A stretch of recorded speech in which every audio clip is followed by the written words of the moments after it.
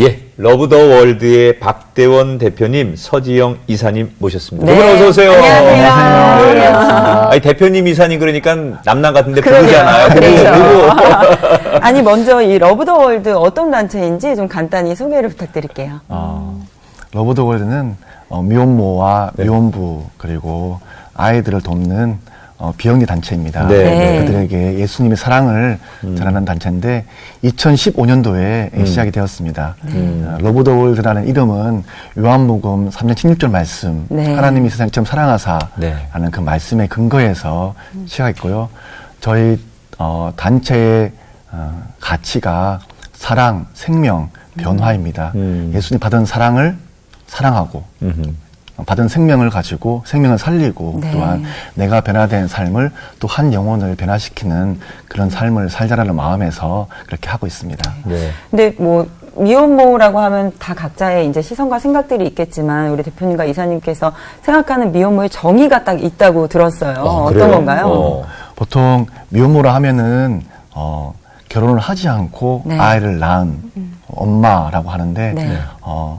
제가 생각하는 미혼모는 아이의 생명을 지킨 엄마라는 그런 정의를 제가 내리고 있습니다. 그렇죠. 좀 다르게 보면 네. 또 네. 네. 아니, 우리 이사님한테 이거 여쭤봐야 될 것 네. 같아요. 네. 우리나라의 그 미혼모, 미혼부의 통계가 지금 나와 있나요?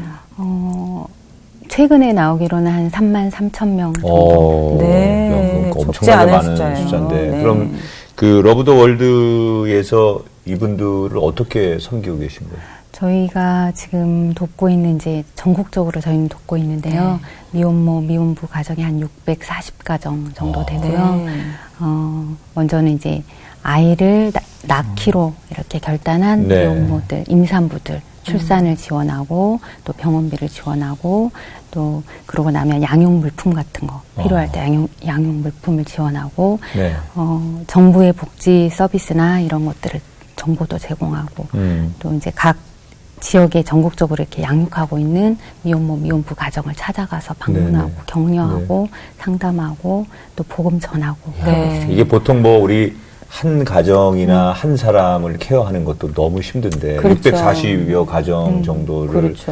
네트워크를 통해서 섬기고 뭐 하여튼간 어찌 보면 아이를 낳기로 결심한 분들에게 아이를 낳기 전부터 낳고 이후에 삶이 독립될 때까지 계속해서 끊임없이 후원하는 네. 거니까 그렇죠. 굉장히 힘든 일이죠. 네. 그리고 또 그 이후에 주거 지원까지 또 하신다고 들었어요. 네. 근데 이렇게 주거 지원이라면 좀 굉장히 많은 재정들이 좀 필요하잖아요. 그렇죠. 그런 것들은 좀 어떻게 감당을 하시나요? 어제도 안 그래도 원룸 하나 구하고 왔는데요. 아이고. 그래서 주거 지원이라고 하면 우선 이렇게 아주 좋은 집이나 그런 네. 건 못하고요. 네. 보증금 이렇게 조금 이렇게 보증금도 때로는 저희 이제 러브 더 월드 내에서 이렇게 다 못하면 네. 다른 단체들 이렇게 협력해서 저희가 이제 신청해서 받아오기도 하고 네. 그래서 이제 보증금 조금의 월세 그렇게 해서 우선 주민등록지를 옮기고 출생신고하게 하고 또 그 이후에 국가복지 서비스 연결할 수 있는 것들을 네. 연결하고 근데 국가복지 서비스를 받기 전까지는 저희가 또 다 지원을 하고 있습니다. 왜 단체라는 것은 어찌됐든 많은 사람들이 또 함께 해야 네. 할 수 있는 일이잖아요. 네. 지금 후원해 주시는 후원자분들이 어느 정도 되시는 건가요? 저희는 이제 후원해 주시는 분들이 어떤 단체나 기업이나 그런 데는 거의 없고요. 다 네. 그냥 개인으로. 개인, 성도님들, 지인분들, 또 우리 만났던 제자들 이렇게 거의 개인의 후원으로 네. 한 200명 명 정도 네. 좀 하고 있습니다. 굉장히 좀 어려운 상황일 텐데. 그러게요. 네. 목사님, 우리가 보통 이제 미혼모라는 얘기는 여기저기서 참 많이 듣는데, 네. 미혼부라는 그러니까요. 얘기는 그렇게 많이 우리가 듣지 못하거든요. 네. 근데 이제 엄연히 존재하는 분들인데, 그분들의 상황이 어떠세요? 저희가 640가정 중에서 한 미혼부 가정이 한 12가정 정도 지금 저희가 하고 있는데, 이렇게 엄마가 아이를 낳으면 그냥 주민센터 가서 쉽게 호적에 올릴 수가 있어요. 네. 그런데 출생신고. 출생신고를 혼자여도. 네. 할 수 있는데 남자가 가서 아이를 이제 출생신고 하려면 굉장히 어려워요. 엄마의 결혼하지 밑에서는 않은 남자. 가능한데 네. 아빠의 밑으로 올리는 네. 거는 아니, 그것도 또 왜 그러지? 그러게요. 법원에, 우리나라는 네. 결혼하지 않은 이렇게 남자가 출생신고하는 게 쉽지가 않아요. 아, 그렇군요. 법원의 판결을 받아야 되고 네. 실제적으로 법원 판결 받아서 호적에 올리는 경우가 거의 많지가 않습니다. 그럼 지금 만나고 있는 미혼부들 가운데는 그렇게 어찌 보면 호적에 올리지 못하고 아이를 키우는 아빠들이 있겠네요. 네. 그래서 출생신고를 이제 못하고 아이를 키우는 미혼부들이 있어요. 굉장히 어려움이 있죠. 아빠가 아이를 그렇게 혼자서 키운다는 거에 대해서 아직은 좀 검증도 해야 되고 여러 가지 그래서 시스템이 좀 안 되는 것 같네요. 좀 안타깝네요. 사실은 그게 어떻게 보면 더 어려운 일이잖아요. 엄마가 아이를 아빠가 혼자서 아이를 키운다는 건 더 어떻게 보면 응원해줘야 될 만한 일인데 그게 그렇게 되고 있지 않았구나. 그러면은 미혼모, 미혼부라고 하면 사실 아직까지는 좀 부정적인 시선들이 많이 있어요. 근데 두 분이 직접 이렇게 만나시다 보면 좀 마음이 쓰이고 또 함께 마음이 아프고 안타까운 일들도 좀 많이 있으시죠? 좀 사례를 좀 들어주신다면. 아까 시작할 때 목사님 봄이 이야기 하셨는데 네. 태명이 봄이라는 봄이 엄마라고 네, 불렀던 이렇게 미혼 임산부가 있었어요. 저희 작가님 이름이 봄이거든요. 그래요? 이 이제 봄이 엄마 같은 경우는 임신하고 이 엄마가 또 크리스찬이었어요. 그러니까 네. 교회 내에서 이제 임신을 하게 되니까 네네. 많은 분들이 조금 좀 덕이 안 된다고 하고 그래서 결국 교회를 이렇게 떠나올 수밖에 네. 없고 이제 수많은 이제 낙태하라고 이제 강압적으로 이렇게 강요도 하고 받으시고. 네. 그래도 그 생명이라고 살리겠다고 이제 이렇게 나와서 저희가 이 봄이 엄마를 만나면서 처음으로 이렇게 임신하고 갈 곳 없는 미혼모들을 위한 어떤 쉼터나 그런 거를 해야겠다라고 네. 생각했던 계기가 봄이 엄마였어요. 네. 그분 때문에 네. 더욱 이 사역을 해야 되겠다. 네. 그래서 저희는 이제 제가 직접 아이를 낳아보지 않았기 때문에 네. 그런 이렇게 임신해서 아이의 어떤 심장 뛰는 소리라든지 이런 걸 들어본 적이 한 번도 없었거든요. 네. 근데 이 봄이 엄마를 만나서 병원에 데리고 가서 첫 진료를 보는데 심장이 뛰는 거예요. 두근. 남편도 그걸 처음 들었어요. 그걸 잊을 수가 없군요. 네. 네. 정말 초음파 사진에 아이가 한 3cm 될까 만큼 아이의 심장이 네. 그렇죠. 뛰고 있는 그 소리를 들었을 때 너무 충격이었어요. 네. 근데 이 생명을 지키고자 와서 도와달라고 하는 그 손길을 이렇게 저희가 저버릴 수가 없었어요. 그분과의 어찌 보면 작은 만남이 네. 지금의 이 사역까지 그러게요. 오게 하시는 하나님의 단초가 됐는데 미혼모들에게 하나님의 사랑과 복음을 전하시는 두 분이시잖아요. 네. 두 분은 어떻게 복음을 만났을까? 또 거꾸로 가면 두 분의 복음의 사랑의 시작은 어떻게 되었을까? 목사님은 어떻게 복음을 접하시게 됐어요? 저는 제 아버지가 목사님이세요. 네. 목사 아들로 이렇게 자라와서 얼굴에 이렇게 써 있는 것 같아요. 목사님 아들. 중고등학교 때도 학생부 회장도 하고 네. 또 제가 되게 잘 믿는 교회 그런 오빠. 사람이라고 그 주변에서도 대원이는 믿음이 좋아 네. 라고 했는데 대학교 1학년 때 그 예배를 드리게 됐어요. 네. 똑같이. 근데 나의 영혼의 잠잠이라는 그 찬양을 이제 시작하면서 제 마음속에 예배 끝까지 너무 눈물이 나는 거예요. 네. 제가 하나님을 제대로 신뢰하지 못하고 너무 가식적으로 믿고 하는 저의 모든 죄들이 막 너무나 해서 너무 막 엉엉 울었어요. 네. 그러면서 나의 하나님이 내 아버지 되시고 내 그런 자녀 됐다는 사실들이 이렇게 믿겨지고 또 하나님을 제가 만나게 되었죠. 대학교 1학년 때 인격적으로 네네. 하나님을 만나셨어요. 네. 우리 이사님께서는 어떻게 처음? 저도 믿음의 가정에서 자란 네. 네. 부모님. 두 분 다 부러우네요. 네, 그렇죠. 신혼인으로서 너무 부러운 네. 환경이었죠. 네. 그러면 우리 목사님의 경우는 그 신앙이 대학에서 전공을 택하는데도 많은 영향이 됐나요? 그때 뜨겁게 인격적으로 하나님을 만나고 나서? 제가 이제 대학 때 전공을 사회사업을 전공했어요. 네. 처음에 사회사업 할 때는 그냥 막연하게 불쌍한 사람들 그냥 돕는 그런 걸 하는 학과인 줄 알았어요. 네. 근데 들어가 보니까 이 사회복지라는 이 범위가 굉장히 큰 거예요. 네. 그리고 무엇보다 함께하는 이제 학과 친구들이 다 대부분이 크리스찬들이었는데 이 친구들이 뭐 자원봉사도 하고 정말 네. 열심으로 섬기고 하는 모습을 제가 보게 되었어요. 네. 한 영혼을 바라보고 기도하고 하는 거 봤을 때, 야, 이게 그냥 불산 돋는 게 아니라 진짜 마음을 다해 하는 거구나라고 생각이 들어서 또 특히나 그때 함께 공부했던 같은 학과 저희 네. 같은 아니, 과 두 분이 공부하라고 보냈더니 같은 학교, 네. 같은 과의 선후배. 동기? 동기? 네. 네, 동기예요? 근데 제가 이제 나이는 좀 네. 오빠고. 네. 아니, 그러면 공부하다가 둘이 이제 그냥 우리가 하는 말로 이렇게 눈이 딱 맞아서 두 분이 교제를 시작했는데 어떻게 두 분이 그럼 만나게 된 거예요? 이건 제가 먼저 예, 그렇지. 네, 아, 목사님 가만히 계세요. 그때 그 당시에는 사실 여자가 먼저 이렇게 고백을 하고 네. 하는 게 흔하지도 않았고 네. 그런 이야기들을 이렇게 쉽게 할 수도 없었는데요. 네. 제가 먼저 고백을 했어요. 정말요? 진짜요? 오. 오. 어떻게 아니. 고백, 뭐라고 하셨어요? 편지를 저에게 핑크색 편지를 핑크색. 그죠? 그럴 때 핑크색으로 해야지. 아니, 목사님은 핑크색은 모르는 것 같아요. 기억이 가물가물. 근데 그냥 이제 그때는 그냥 사랑 고백이 아니었고요. 네. 그때 이제 고백을 하기 전에도 한두 달 이상 이렇게 새벽에 기도를 하고 네. 하면서 이렇게 고백을. 근데 하나님은 사랑입니다. 네.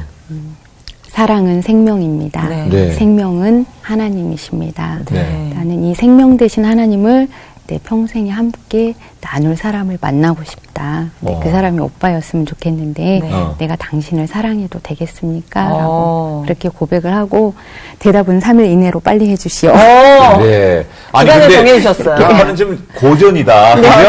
고전인데 거의 근데 저는 들으면서 프로포즈가 아닌가 정말 이거 그냥 사귀자가 아니라 결혼하자라는 이야기가 아닌가 생각이 들었는데 어떠셨어요? 3일 안에 답을 해달라고 하셨는데. 제가 그 전에 이렇게 자매를 사귀어본 적이 네. 없어서 이 편지를 두고 네. 3일 동안 해서 답변을 해달라고 하니까 매일 이제 편지를 읽으면서 어떻게 해야 되냐. 네. 네. 네, 그걸 고민하다가 이제 그 금요일 날 제가 편지 받았거든요. 네. 3일 주일 날 네. 예배를 마치고 이제 저녁에 같이 만나서 제가 결심했죠. 자매 한번 사귀어보자, 한번 알아보자라고 해서. 근데 지금 참 감사한 거는 그때 편지를 줘가지고 제가 이렇게 안 혼자 안 주셨으면 살고 네. 어떻게 할 뻔했어요. 아니, 저는 목사님 뵈면서 네. 아니 어떻게 그 다음 진도는 잘 나갔을까? 아니, 저는 또 그것도 그렇지만 궁금한 게 어떤 점이 그렇게 마음에 드셔서 먼저 그렇게 고백을 하셨어요? 이제 학교를 다니면서 같이 수업을 듣고 이렇게 이제 저희 사회복지 공부를 하면서 사람이 너무 착하고 선하고 네. 또 성실하고 새벽에 막 신문 돌려가면서 그러고 이제 또 학교에 나오고 그런 성실하고 또 믿음으로 사는 모습이 굉장히 이렇게 좋았어요. 근데 네. 처음에는 사실 제가 만나보자라는 마음보다 너무 이제 사람이 괜찮다. 제가 여동생이 둘이 있거든요. 네네. 우리 여동생들한테 소개를 시켜주자라고 네. 해서 소개를 시켜주고 만나게 했는데 제 여동생들을 만나더니 그때는 오빠였으니까 오빠가 지영아 네가 더 낫다 그러는 거예요. 뭐가 암시가 있었구나. 있었네, 뭐가 있었네. 네. 그래서 하여튼간 둘이 이렇게 오랫동안 지켜보면서 굉장히 신뢰감이 있으니까 이제 두 분이 만나셨는데 그렇게 해서 교제를 하고 결혼을 하기까지 저희가 알기로는 큰 장벽이 있어서 결혼을 하기에는 굉장히 좀 난관들을 만나셨다고 들었어요. 어떤 어려움들을 만나셨나요? 이제 사귈 때 네. 그 아내가 그 난소암 진단을 받았어요. 네네. 대학교 4학년 때. 아유, 아직은 이제 뭐 젊은 나이고. 그쵸, 어린 나이죠. 네, 어린 네. 나이인데. 그래서 20대 초반이었죠. 처음에 어떻게 해서 알게 되셨어요? 늘 피곤했어요. 근데 이제 그때는 제 마음에 하나님을 위해서 이렇게 충성스럽게 살자라는 생각이어서 굉장히 열심히 살았던 것 같아요. 네. 학교 생활 열심히 하고 교회 열심히 섬기고 연애도 열심히 하고 그러는데 이제 잠을 그때는 많이 안 자면서 이렇게 열심히 살아서 피곤한가 했는데 그 피곤이 굉장히 지속되고 그때 이제 연애하면서 오빠 나 왜 이렇게 피곤하지? 그리고 어느 날 배가 좀 아팠는데 그 이야기를 했더니 병원에 당장 가보라 해서 네. 학교 근처 가까운 이렇게 작은 내과에 갔는데 내과 선생님이 이렇게 배를 초음파를 해보시더니 아무 말씀을 안 하세요. 네.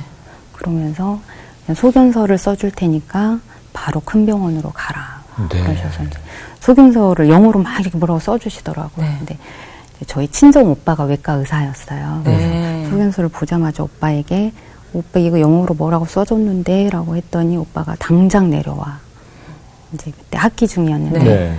오빠는 지방에 있는 그 대학병원의 의사였기 때문에 네. 그래서 당장 그러고 이제 내려갔는데 내려갈 때 오빠 나 병원에 가야 되니까 내려가라고 이제 사귀던 남자친구한테 말을 했는데 그때 굉장히 예감이 안 좋았대요. 어허. 마음이. 그래서 네. 이제 병원에 내려가서 여러 가지 검사하고 수술 받고 할 때까지도 저는 뭐 암이라고는 듣지도 못했고 말씀을 안 오빠도 해주셨구나. 얘기를 안 해줬고. 저희 가족도 네. 그냥 이렇게 배에 종양이 있으니까 이거 제거 수술을 한다. 네. 근데 그때 당시 그 암 종양 덩어리가 얼마나 컸는지 22cm에 18cm 이렇게 사람 머리만큼. 정말 큰 건데요, 그러면? 네. 의사가 복수도 많이 찼었고. 위험한 상황이다라고 이렇게 네. 얘기를 했었어요. 근데 이제 보통 이렇게 저희가 아는 상식으로는 그 난소암이면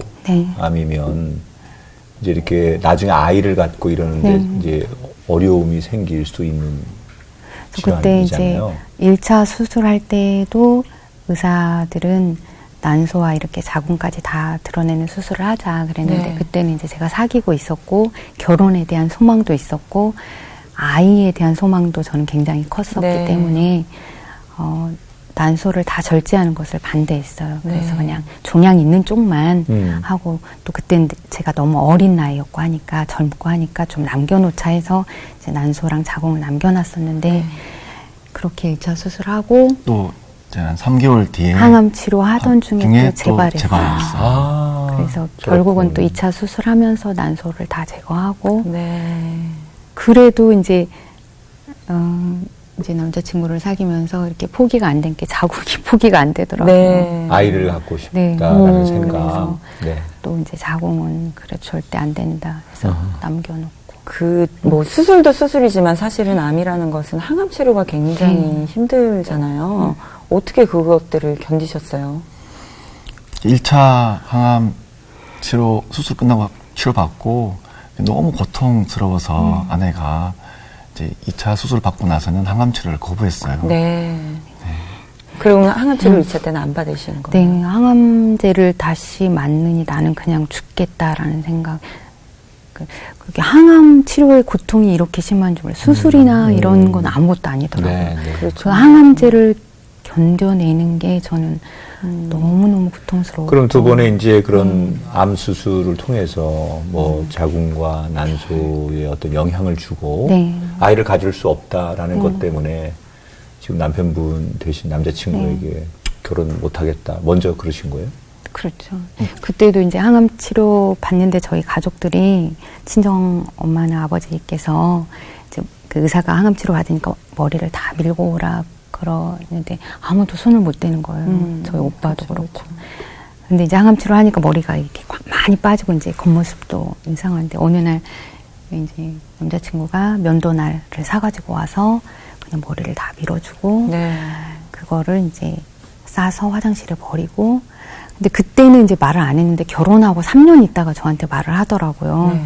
지영아 내가 그때는 사실 장난치고 웃으면서 엄마 우리 지영이는 머리를 다 밀어도 둥글둥글 예쁘네 막 그렇게 네. 해줬는데 결혼하고 이제 3년 있다가 고백을 하기를 그때 화장실에 머리카락을 그렇게 버리면서 수건으로 입을 틀어막고 울었다고 그러더라고요.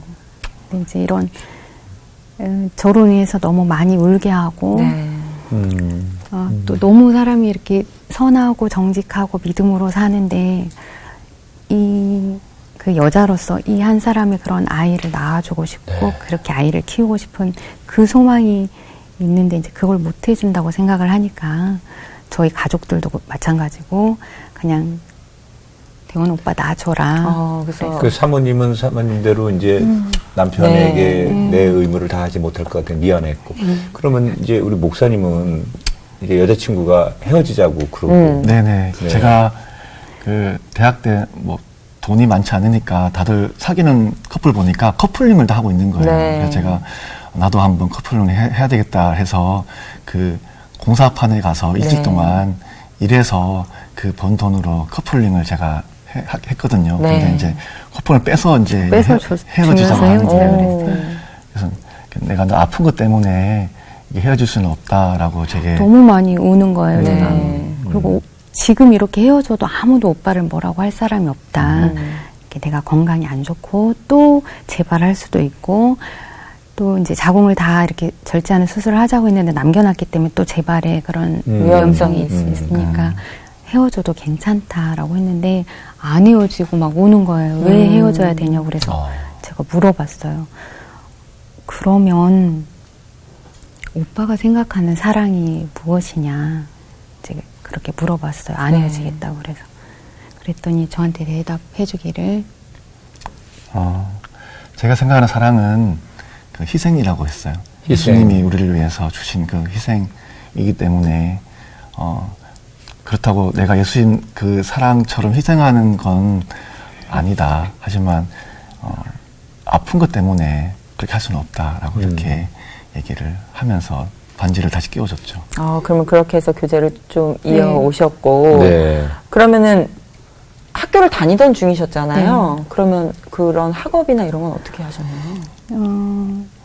학업을 근데 참 다 독하게도 했어요. 다 휴학하지 치료를 않고 하시면서, 했어요. 네. 수술을 네. 하시면서. 네. 졸업할 땐 또 수석으로 이 얘기를 안 물어봤으면 어떡할 뻔했어요. 그러니까요. 네. 다른 사람들이 다 독한 년이라. 그렇죠. 그게 그냥 건강한 몸으로 쉽지 않은데. 아니, 그래서 이제 두 분이 결혼을 그러면 이제 졸업하시고 네. 하시게 되는 거예요. 곧바로 네. 하셨나요, 결혼? 졸업하고 이제 한 그해 1년, 그해 12월에 12월에 결혼했습니다. 네. 아유, 참, 결말이 좋으니까. 그러게요. 그러면서도. 네. 아니, 근데 그러면 결혼을 두 분이 하시고, 두 분 다 사회복지 그 일을 하셨어요, 분야에서. 근데 지금은 또 목사님, 사모님 또 그런 NGO 단체 네. 이사님, 대표님이 되셨어요. 근데 먼저 목사님, 사모님이 되셨단 말이에요. 네. 어떠한 부르심 때문에 사회복지 일을 하시다가 목사님으로 되셨는지. 그러니까 뭐 이렇게 제가 월드비전이라는 단체에서 네. 이제 일을 하고 있었는데 아내가 어느 날 이렇게 서로 계속 대화하면서 우리가 보통 11조 하나님께 드리잖아요. 제수도 감사해서. 근데 우리 인생에서도 그런 11조, 우리 한 평균 80살 사니까 80살, 한 8년 정도는 그렇게 하나님께 드리자. 네. 네, 그런 것을 이제 제게 말했고, 예. 그래서 제가 당신은 그렇게 하라고 했어요. 네. 근데 이제 계속 기도하면서, 우리가 그렇게 함께 하자라고 해서 이제 어떤 청소년들 돕는 네. 단체에 저희가 이제 하던 일을 사임하고, 네. 헌신하게 되었어요. 평신도 사역자로. 좀 더 하나님의 일이라고 생각할 수 있는 네. 곳으로 가자 해서 이제 하신 건데, 그러면 그러다가 어떻게 해서 신학을 하신 거? 그때 신학을 안 하셨는데. 네네. 제가 이렇게 대학 다닐 때 선교단체에서도 활동도 하고 그러면서 제가 성경을 되게 많이 알고 잘 안다고 생각했어요. 네. 근데 그 청소년들을 만나고 가르치고 함께 예배드리고 하면서 제가 너무 부족한 걸 느낀 거예요. 아이들이 말씀에 관해서 궁금함을 가지고 눈을 바짝바짝 하면서 질문을 하는데 네. 제가 아무것도 답변해 줄 수 없는 그런 모습을 발견했어요. 그래서 공부를 해야 되겠다. 그래서 신학을 좀 해서 좀 이 아이들에게 뭔가를 좀 한 영혼들을 사랑할 수 있는 그런 일을 해야 되겠다라는 마음에서 신학을 하게 되었어요. 어허. 두 분 결혼 전에 걱정하셨던 가장 큰 문제가 사실 어떻게 보면 아이, 사모님께서 좀 미안해하셨던 부분이 있었는데 그런 부분들, 자녀의 축복은 어떻게 그러면 그 이후에 허락을 해주셨나요? 결혼하고 이제 저희가 이제 믿음이 좋다고 생각을 했던 것 같아요. 저희 둘이 이렇게 살면서 저희가 이제 올해 결혼 16년 차인데 네. 결혼 초기에 한 3년 안에 저희가 시험관 시술을 2번이나 했었어요. 네. 제가 믿음이 있었거든요. 이렇게 결혼했으니까 네. 하나님이 자녀를 주실 것이다. 아브라함에게 주셨듯이. 그래서 정말 지금은 그런 난임이나 그런 거 하면은 국가에서 좀 지도 네, 받지만 그렇죠. 그때는 저는 그렇지 저희가 못했어요. 돈을 많이 네. 비용이 정말 많이 들고 많이 몸도 들여서 힘들잖아요. 2번이나 했는데 다 안 돼. 예, 실패했어요. 네. 네, 실패하고 네. 그런데 그렇게 힘들었지만 지금은 너무나 사랑스러운 두 아이의 엄마 아빠가 되셨어요. 이야. 축하드립니다. 이야, 지금 얘기를 해야 돼. 지금 그래요. 얘기. 네. 지금은 두 어떻게 아이의 아이들을 만나신 거예요, 그럼? 입양을 통해서 두 아이를 만났고요. 네. 이 두 아이를 만나기까지의 과정도 저희는 쉽지 않았어요. 네. 왜냐하면 입양을 하려면 입양 부모의 조건들이 있어요. 그렇죠. 어떤 경제적인 것도 있지만 건강상의 그런 게 있는데 네. 저는 이제 수술을 이렇게 하고 계속 약을 먹어야 되기 때문에 입양 기관에서도 사실 몇 번을 거절을 당했어요. 네. 입양을 못한다는. 아. 그래서 입양마저도 포기를 해야 되나라고 한 게 결혼 11년 차였어요. 예. 더 낙심이 되셨겠어요. 그때는 시험관 시술 실패하고 그 낙심하고 울었던 것보다 입양 기관에서까지 나를 거절하는구나라는 그게 이제는 엄마가 될 수 없고 아빠가 될 수 없구나라는 게 아주 많이 힘들었죠. 그러면은 이제 결혼하고 11년 네. 지나서 네. 아이를 이제 얻은 건데 이제 목사님이 이제 그런 과정을 통해서 입양을 서로가 대화를 많이 했을 거 아니에요. 예. 근데 처음부터 입양하자 이렇게 하는 분도 있고 입양을 또 정말 어려워하고 결정하기까지 그런 분도 계신데 목사님 가정은 어떠셨어요? 전 처음부터 이렇게 입양을 가졌던 건 아니에요. 네. 아내는 결혼하기 아프기 전부터 네. 자녀를 낳더라도 이렇게 입양을 한다는 얘기를 한 적이 있었다는데 저는 전혀 기억을 못해요. 네. 그래서 전혀 생각이 없으셨는데. 근데 이제 시험관 시술이 이제 실패로 가고 나서 이제 제가 서로 대화하면서 입양에 관한 얘기를 하게 되고 한 6년 차 결혼 6년 지나고 나서부터 네. 나서 비로소 제가 입양해야 되겠다라는 그런 마음들을 어떤 그런 생각을 바꾸게 된 계기가 있으셨어요? 아이가 없는 것에 대한 아내가 깊은 슬픔과 서러움들을 제게 얘기를 해줬고요. 또 우리도 가정을 이루고 싶다는 그런 소망들이 많이 커졌어요. 그래서 한번 해보자라는 마음들을. 그리고 또 한 가지 남편이 이제 그때 고백했던 게 세상에 부모가 필요 없는 아이는 없겠다. 왜냐면 이제 보육원이든지 그때 저희가 또 남편이 더 마음을 이렇게 했던 게 한참 뉴스나 그런 데서 이제 베이비박스라든지 네, 이런 게 버려지는 아이들의. 그때 이제 뉴스에 나오고 할 때여서 그때 남편이 마음을 더 열었던 게 세상에 부모가 필요 없는 아이는 없다라는 그런 고백을. 그 이제 한 아이를 키운다는 게 얼마나 많은 에피소드가 있습니까? 맞습니다. 어려움들이 있고 네. 아프고 때로는 뭐 정말 부모가 온 희생을 다하는 게 한 생명을 키우는 건데 그래서 그 과정을 거치고 나면 얻는 또 기쁨이라는 게 부모의 기쁨이잖아요. 그래서 흔히들 여성분들이 아이 낳으면 다시는 안 낳아 너무 힘들어서 그래놓고 또 아이를 보면 그렇죠. 또 둘째를 낳고 셋째를 낳고 그렇죠. 싶다고 하신다 그러는데 네. 많은 어려움도 있었을 거고 또 기쁜 순간도 있었을 것 같아요. 어떠셨어요? 아빠가 되시고 나서. 14년 결혼한 14년 만에 11년 11년 만에 아이를 이제 만났으니까 너무너무 기뻤어요. 네. 네. 너무너무 감사하고 너무 행복했어요. 근데 육아는 현실. 그렇죠. 네. 육아는 현실이다. 네. 그거는 책으로도 안 이상만 됩니다. 생각을 했던 것 같아요. 그전까지 저는 아내나 꽤 괜찮은 사람으로 생각했어요. 네. 아내도 강의도 하고 저도 말씀 전하고 하는데 이 아이를 어떻게 컨트롤할 수 없는 네. 되고 또 어떻게 할 수 없고 제 안에 막 분노도 일어나는 그런 그렇죠. 마음들을 네. 가지면서 이 아이를 통해서 저와 아내가 좀 다른 성장을 하게 된 것 같아요. 우리가 아이를 괜찮은 키우면서. 사람이 아니구나. 정말 교만했나 봐요. 정말 괜찮은 사람인 척 살았고, 우리 정도면 우린 괜찮은 사람이야 했는데, 이 아이라는 이 작은 존재 앞에, 나의 정말 모습이 드러나더라고요. 정직하게 드러나고, 아이가 조금 잘못하면 막 이렇게 레이저 쏘면서 엄마 눈을 쳐다봐 막 하면서 이런 모습부터 해서, 이 작은 아이를 컨트롤하지 못해 막 이렇게 분노가 올라오는 거라든지, 우리는 괜찮은 사람이 아니구나. 진짜 진짜 주님이 필요한 사람이구나라는 걸 저도 갑자기 아이를 반성하게 되네요. 저 아직 오늘 아침에도 아니다.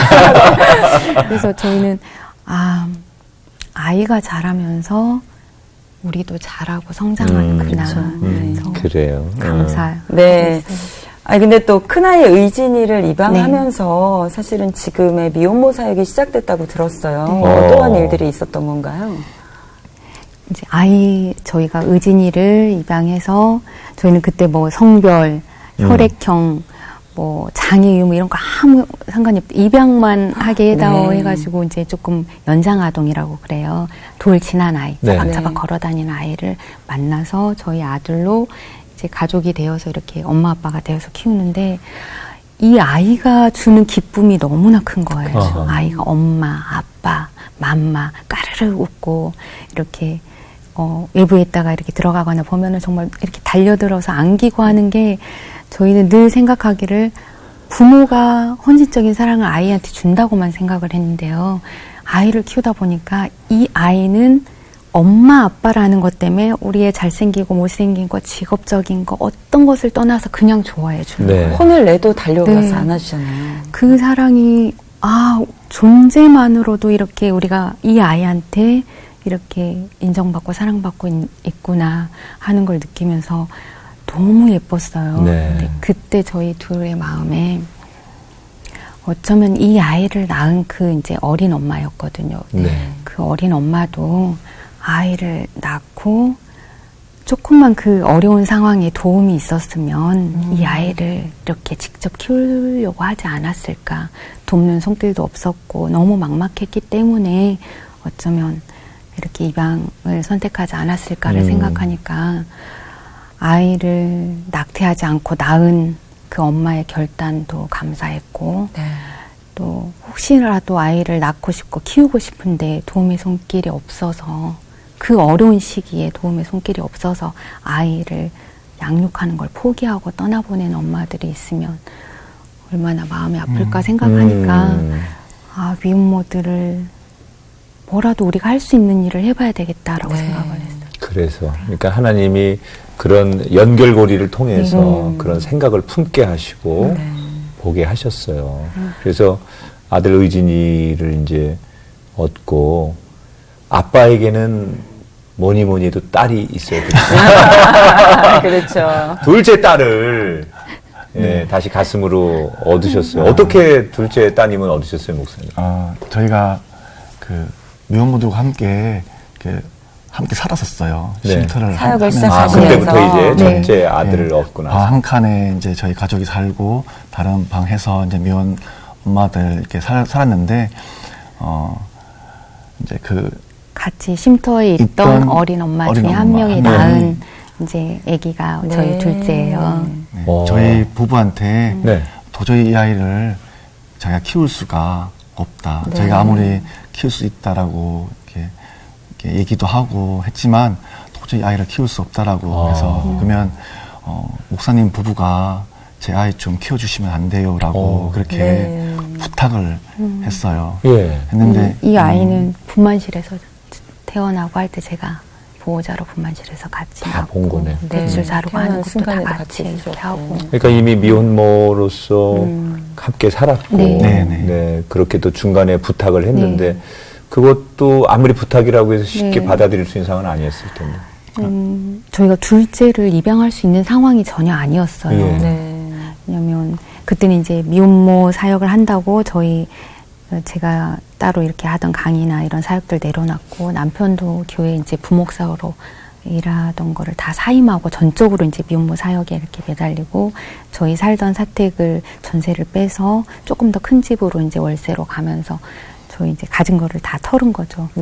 그러다 보니까 경제적으로도 그렇고, 그 전에 이제 건강상의 문제도 저는 계속 있었고, 의진이를 정말 기적적으로 입양을 이렇게 된 거니까, 둘째는 정말 생각을 못해. 꿈도 못 꿨는데 이제 그렇게 직접 그 어린 엄마가 이제 주니까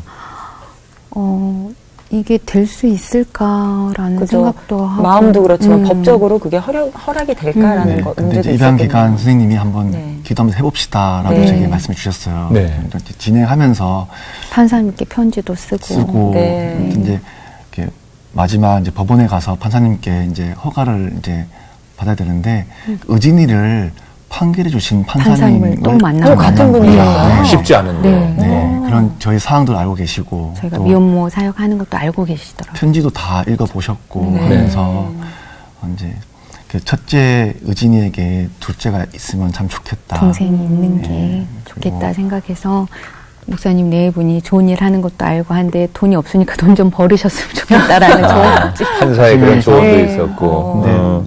허락을 그러면 주셨어요. 그 둘째 따님은 그렇게 해서 이제 합법적으로 입양을 하셨는데 네. 지금도 그 친엄마하고의 그 만남을 이어가고 있다고. 만남은 아니고요. 네. 이제 엄마는 이제 본인께 사회 복귀를 했고 네. 만나지는 못하지만 이제 어떤 이 생모의 생일이라든지 우리 둘째 여진이의 생일이라든지 또는 저희가 이제 중요한 이런 어떤 일이 있을 때는 이제 사진을 주고 연락하고 명절이나 그럴 때도 이제 아이들 우리 여진이 한복 입은 사진 같은 거 있으면 보내주고 네. 중간에 그런 역할을 네. 잘 해주시는군요. 그렇게 하고 있습니다. 연락을 하고 있어요. 아유, 그게 쉽지 않은 건데. 그렇죠. 네, 또 엄마 아빠 입장에서는 혹시라도 아이가 너무 또 정체성의 혼란을 겪을까 걱정도 되는데. 의진이 여진이는 알고 있어요. 본인들이 입양되었다는 것을. 지금 둘이 몇 살 됐나요? 지금 7살, 7살, 의진이가 5살. 7살, 여진이가 5살이에요. 네, 네. 네. 이제 어렴풋이 그런 것들을 알 수 있는 나이. 그렇죠. 네. 두 분 참 주님께 받은 사랑을 많은 이들에게 좀 나눠주고 계신데 앞으로의 사역도 참 기대가 돼요. 앞으로의 계획과 기도 제목 남겨주시면 저희 함께 기도하겠습니다. 저희가 640가정 미혼 모부 가정들을 함께하고 있는데 네. 사실 많이 찾아가지 못했어요. 그래서 누가복음 10장 말씀에 예수님이 제자들을 짝을 지어가지고 가서 복음을 전하는 그런 말씀에 기초해서 올해 들어서부터 계속 가정 방문을 하고 있어요. 그래서 무엇보다 이 엄마들이 예수님 믿고 생명을 얻고 또 복음을 통해서 변화된 삶을 살기를 원하는 마음에서 이렇게 계속 만나고 있는데 만날 때마다 하나님이 이들 생명들을 구해주시고 함께 예수님 자녀로 살기를 원하는 그런 마음들이 계속 있어요. 그래서 네. 기도하고 있습니다. 예. 우리 사모님도 뭐 네. 기도 제목 혹시 있으시면. 저희도 가장 큰 기도 제목은 결국 이 엄마가 믿어야 아이에게 그 믿음의 유산이 그대로 신앙이 흘러가더라고요. 네. 그래서 이 미혼모, 미혼부 가정 방문하면서 복음 전하는 게 기도 제목이고 또 한 가지는 저희가 미혼모들을 돕다 보니까 주거 안정이 가장 이렇게 어려운 네. 부분이어서 정말 큰 바람은 누가 이렇게 원룸 건물 하나 주시면 좋겠지만 그게 안 되면 저희가 그래도 필요할 때마다 미혼모와 아기들을 살 수 있는 원룸을 네. 이렇게 구해줄 수 있도록 그런 어떤 후원의 손길, 기도의 손길, 도움의 손길들 있었으면 네. 하는 네. 사모님 제목입니다. 지금 건강은 그러면 어떠신 건가요? 건강은 계속 약 먹고 살고 있습니다. 그래도 뭐 크게 네, 문제 네. 없이 네. 지금까지 장수하실 네. 겁니다. 아멘. 아니 저는 앞서 말씀해 주셨던 미혼모와 미혼부는 생명을 끝까지 지킨 사람들이다라는 이야기가 굉장히 가슴에 남더라고요. 네. 우리가 정말 사회적인 그런 세상의 기준으로 그들을 뭐 손가락질하거나 판단하는 것이 아니라 주님의 사랑으로 품어주고 함께 기도해야겠다라는 네. 생각이 들었습니다. 예. 네. 사실 뭐 우리도 하나님 앞에 입양된 사람들이 있지 않습니까?